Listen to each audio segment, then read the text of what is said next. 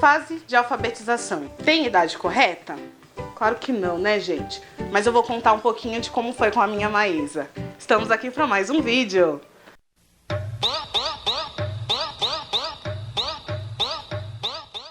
Prezadas e prezados, eu vim aqui hoje contar um pouquinho do processo de alfabetização da Maísa. A Maísa, ela tem 5 anos e ela já tem uma leitura fluente. E desde os 4 anos ela começou a ler com um pouco de dificuldade e hoje ela lê assim muito bem. E geraram uns questionamentos do tipo turma do mimimi.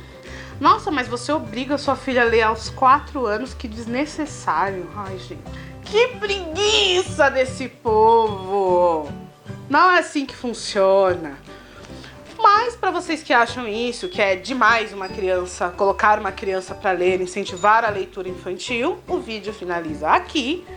Porém, para vocês mamães que perguntaram para mim, que bacana, como que você faz para sua filha ler? O que você fez para sua filha aprender? Que escola que ela estudou? O que você comeu na gestação para sua filha ser mais inteligente? Oi! Não, gente, não é assim que funciona, eu vou explicar um pouquinho aqui pra vocês. Na verdade, as crianças, ela tem facilidade para aprender mais do que os adultos. Parece que o cérebro menos usado tá mais fresquinho, menos quilometragem rodada. Eles aprendem, eles absorvem de uma forma incrível. Vai do estímulo. Então, se uma criança aprendeu a ler antes, assim, mais nova, não quer dizer, como diz o meu amiguinho Felipe, que essa criança é mais inteligente que as outras. Não, as crianças ali, o nível de cérebro 0 bala é igual, vai do estímulo, da forma que essa criança foi estimulada a executar as atividades. Maísa teve uma professora na escolinha dela da primeira infância, a tia Roseli, que ela gosta muito, que identificou na Maísa assim, uma facilidade maior para escrever, para reconhecer as letras. Então ela já foi passando as letrinhas para Maísa copiar, ela já foi dando caderninha de caligrafia para ela escrever o nome, até com letra cursiva. E ela falou para mim numa reunião, ela falou: mãe, ela tem um gosto diferenciado pela escrita, pela leitura, acompanha mais em casa, estimula. E nós passamos a frequentar a biblioteca com maior frequência para ela ter acesso aí a alguns livros, algumas coisinhas diferentes. Os últimos livros que eu tenho lido para Maísa, eu vou mostrar aqui algumas coisinhas que eu gosto de ler. Não existe uma regra, não existe uma idade certa. Inicialmente, eu comecei a ler muito para Maísa. Hoje em dia, ela mesma gosta de fazer a leitura dela. Então, fazer o quê, né? Sobrei. Mas eu ainda gosto de escolher algumas coisas para ela ler também. Das leituras que nós gostamos muito, nós temos aqui a Ana Maria Machado.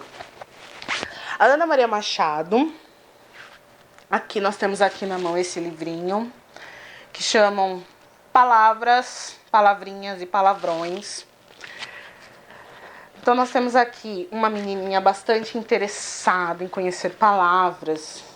E é um livro bastante colorido, bastante atrativo para as crianças passar um tempinho olhando. Temos esses aqui, A Maravilhosa Ponte do meu Irmão. Esse livro é bem curioso, que ele tem um irmão mais velho, e ele acha o irmão mais velho dele o máximo. E é uma montoeira de coisa que o irmão faz e ele acha que é uma ponte muito legal. Então esse relacionamento de irmão, às vezes assim, para trabalhar aquele ciúme que um irmão tem do outro, mas para ensinar que um irmão pode ser herói do outro, que um irmão é um amiguinho. Acho que esse livro vai caminhar bem para esse lado. Tem esse livro aqui também da Velha Misteriosa, por exemplo, que é um livro que eu achei... não sei se é isso que quando ela escreveu ela quis passar, mas é um livro que eu me identifico que eles tinham criado uma imagem de uma velha misteriosa que morava lá, de bruxa, de morar em casa mal assombrada. E no final eles descobriram que ela faz doce e ela convidou eles para ficarem experimentando os doces. e eles experimentavam doces, brincavam no quintal dela. Então aprende a não julgar as pessoas pela aparência, aprende a respeitar os idosos. Olha eles brincando no quintalzinho depois. Então, assim, é um conteúdo muito rico, né? A Ana Maria Machado, ela é uma carioca. O que eu posso ressaltar, assim, da história da vida dela é que ela foi a primeira a fazer uma livraria no Brasil com foco no conteúdo infantil. Então, casa com a história da nossa arte, né? Então é muito interessante porque ela foi educadora no Brasil, fora, e ela optou por focar aí em conteúdo infantil. Então ela sempre tem uma mensagem muito importante através dos livros dela e optei por escolher que a Maísa tivesse acesso também a esse conteúdo. E ela gostou bastante desses livros. E os livros são bem coloridos, fáceis da criança se interessar em ler. É um conteúdo bem específico para desenvolver o interesse da criança. Então, fica aí uma recomendação também. Sou suspeita para falar porque amo e Maísa pegou também um amor muito grande. O Menino Maluquinho. Diário da Julieta é um dos preferidos da Maísa, porque há histórias em quadrinhos também. Esse aqui. E é do nosso querido Ziraldo. Ele é um mineirinho, né? Caratinga. A história dele se confunde aí com a história da nossa arte, da revolução da nossa arte, da resistência da nossa arte, né? Então eu sugiro que você, papai, mamãe que vai ler, mamãe no caso, que vai ler para a sua filhinha, para o seu filhinho, dá uma gugada também na vida do Ziraldo. Vocês vão ver que na época de ditadura, na época que a arte era muito, como se diz, sofria uma opressão muito grande, uma censura. O Ziraldo teve uma luta para ele continuar, ele resistiu muita coisa, movimentos da década daí de 70 e 80, que a arte encontrou muita dificuldade para se estabelecer, ele superou de uma forma incrível, tanto que na década de 80, que ele fez um Menino Maluquinho, que é o grande sucesso dele até hoje, e é muito, muito admirado, muito amado pelas crianças, né?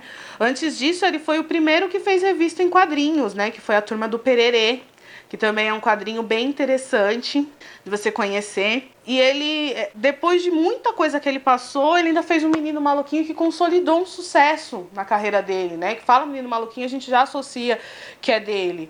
E esse aqui é um símbolo de uma vitória muito grande dentro da arte, dentro do jornalismo, né?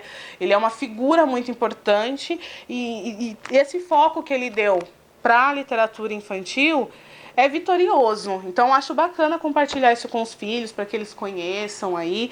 E é interessante para a gente conhecer um pouquinho da história do nosso Brasil, da nossa cultura, da nossa arte, através do Ziraldo também. A Maísa tem uma paixão muito grande por esses personagens. Ela gosta muito da turma do Maluquinho. E o legal é que essa turminha do Ziraldo, eles são uma turminha muito apaixonada, né? Pra mim, o Ziraldo que é da sofrência mesmo, né? Porque sempre tem namoradinho os personagens dele. E ela é a namoradinha do Maluquinho, que é um assunto que a gente desenrola depois em outro vídeo. Mas não deixa de ser um conteúdo bastante saudável para as crianças, tá? A Maísa leu, tá bacana, eu indico também. Ainda se tratando do nosso Brasilzão, temos aí o Monteiro Lobato. Eu acho o máximo. O Monteiro Lobato, ele tem uma característica muito de vir do interior, de fazenda, e a minha família também tem esse vínculo assim de ser um pouco da roça. Então eu acho legal porque se mistura com a nossa história do dia a dia. Ele traz um pouco de fantasia associado a uma realidade, né? Quem não tem uma avó que costura, que faz aquela bonequinha, que ajeita as roupinhas da boneca, somado ali a preta, né? Histórias da Anastácia, que é aquela preta velha que traz a vivência, que traz aquela comida, que traz aquele doce e que compartilha aquelas histórias. Quanto mais vivência, mais história boa tem para contar. Inclusive, esse livro chama Histórias da Tia Anastácia, que são as histórias que ela conta lá no sítio para Narizinho, pro Pedrinho, pro pessoal. E tem lá a Emília, que é uma boneca que fala. Tem o Milho que fala Lá é tudo muito mágico. Então, esse equilíbrio que faz a fantasia das crianças com a vida, eu acho que é bastante saudável. Sem contar que é um orgulho você ter uma pessoa que vem lá do interior de São Paulo e é precursor dentro da literatura infantil. Na época que ele começou a fazer os livros, 1880, os livros eram feitos em Lisboa, editado fora, né? Editado fora do país. Então ele começou a editar os livros aqui no Brasil. Então fez história pra gente. Hoje ele tem um conteúdo infantil muito rico. Eu acho interessante para conhecimento pessoal e compartilhar, valorizar, compartilhando com os filhos. Tenho esse livro aqui também, chama Contos de Anderson Green e Perrault. Nossa, mas isso é para criança? É, para criança. Os irmãos Grimm, eles eram estudiosos sobre dialetos, idiomas e histórias. Então eles iam estudando e ouvindo história que as pessoas contavam, contos, lendas. Eles iam fazendo história baseado naquilo que ele ouvia das pessoas, né? Eles estudavam o que é a gramática, que hoje é filologia. Eles são alemães. E disso eles escreveram histórias, contos como Rapunzel, Bela Adormecida. Eles escreveram essas histórias, esses contos de fadas que nós chamamos. Perrault, ele fazia um estudo parecido sobre línguas, sobre regiões, sobre culturas regionais e levantando também informações, histórias que o povo contavam para documentar aquelas histórias, aqueles conhecimentos. Ele desenvolveu também histórias como Chapeuzinho Vermelho, por exemplo, que todo mundo conhece. Eu tinha um professor de arte que ele falou que quando ele tivesse um filho, o filho dele nunca ia ouvir história, por exemplo, como Chapeuzinho Vermelho, que é uma história que não sabem a origem. Exatamente, por ser estudos de várias regiões, de vários locais, não se sabe mais ou menos a data que passou, a região certa. Então, por isso que fica contos, né? Contos de fadas, contos de princesas, histórias. Eu não, para mim, na minha opinião, esse livro foi um livro que ela ganhou do padrinho dela. E ele tem vários desses contos. Eu achei super saudável. Ela adora Jo e Maria. Tem vários contos aqui que são bem interessantes, né? Dá cada dia para você ler uma historinha para a criança entender. É legal de ler contos de fadas que elas se fantasiam com as princesas depois, sabem as historinhas, enfim, trabalha a mente da criança da mesma forma. Por mais que temos um conteúdo muito rico aqui no Brasil, eu acho que vale a pena esse conteúdo também. Dentro da nossa crença, nós temos aqui uma Bíblia infantil. Ai, eu não sou católico. Ah, mas deixa a criança ler para entender. Tem a historinha do mundo, da igreja, de tudo. Aqui é uma Bíblia ilustrada, ela é coloridinha, para a criança conhecer que nós somos católicas, então ela curtiu bastante. E tem esse livro aqui muito interessante que eu não lembro quem deu, mas ela ganhou de aniversário. Desculpa quem deu, mas me lembre depois. Esse livro aqui, cada página tem uma fábula. Aí, por exemplo, tem essa aqui, do Leão e o Ratinho. Aí tá me dizendo aqui, a partir de 3 anos, o que essa fábula quer dizer, que fábulas são histórias pequenininhas que trazem um aprendizado de vida. Aí essa aqui, por exemplo, do Leão e do Ratinho, é para a criança aprender a ter gratidão, humildade e solidariedade. Aí é bacana que antes de dormir ela faz essa reflexão, você explica o que é. Aí aqui, por exemplo, o leão é orgulhoso e soberbo, o ratinho é humilde, sábio e justo. Passa alguma informação também, a partir de 3 anos ele já consegue entender. E tem o tempo de história, 4 minutos. Então, se a criança precisa dormir logo porque eu preciso retomar minhas atividades e a criança precisa acordar cedo amanhã. Leia uma historinha de 4 minutinhos para a criança e ela vai dormir. E assim, ela vai desenvolvendo por si algumas fantasias, vai ligando algumas informações, ela vai entendendo. E não existe uma regra. Pode pegar um folheto de mercado e começar a ler com a sua criança os preços, comparar os preços, ensinar a ver os preços. O que é isso? Ah, é leite, pão.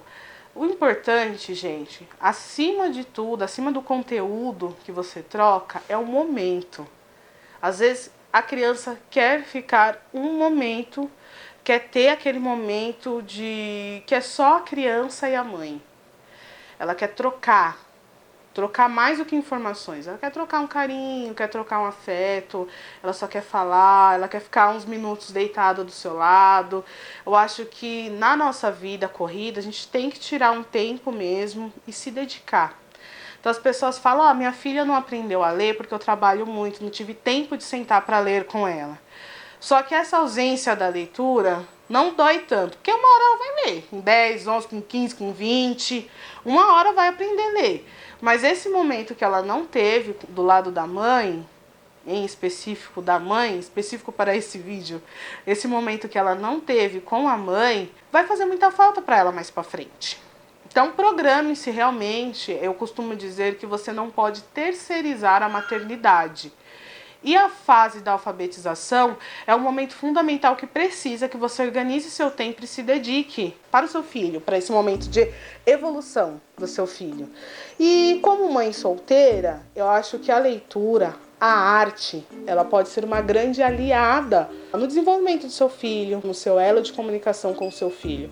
Ela pode te ajudar bastante, porque muitas vezes a Maísa vai dormir, se eu não estou em casa, ela mesmo lê, relembrando, refletindo sobre um momento que nós já tivemos.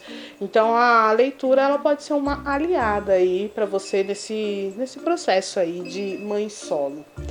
Eu espero que eu tenha ajudado aí, se precisarem de algumas sugestões em relação à leitura, em relação à parceria da leitura aí no desenvolvimento da criança. Acho que eu tive uma experiência legal e posso sim ajudar. Então, curte o vídeo e se inscreve no canal. Sempre que tiver um vídeo novo, você vai ficar sabendo. Inclusive, um assunto que você queira aí falar, dá uma sugestão aí pra gente, tá bom? Beijo, prezados!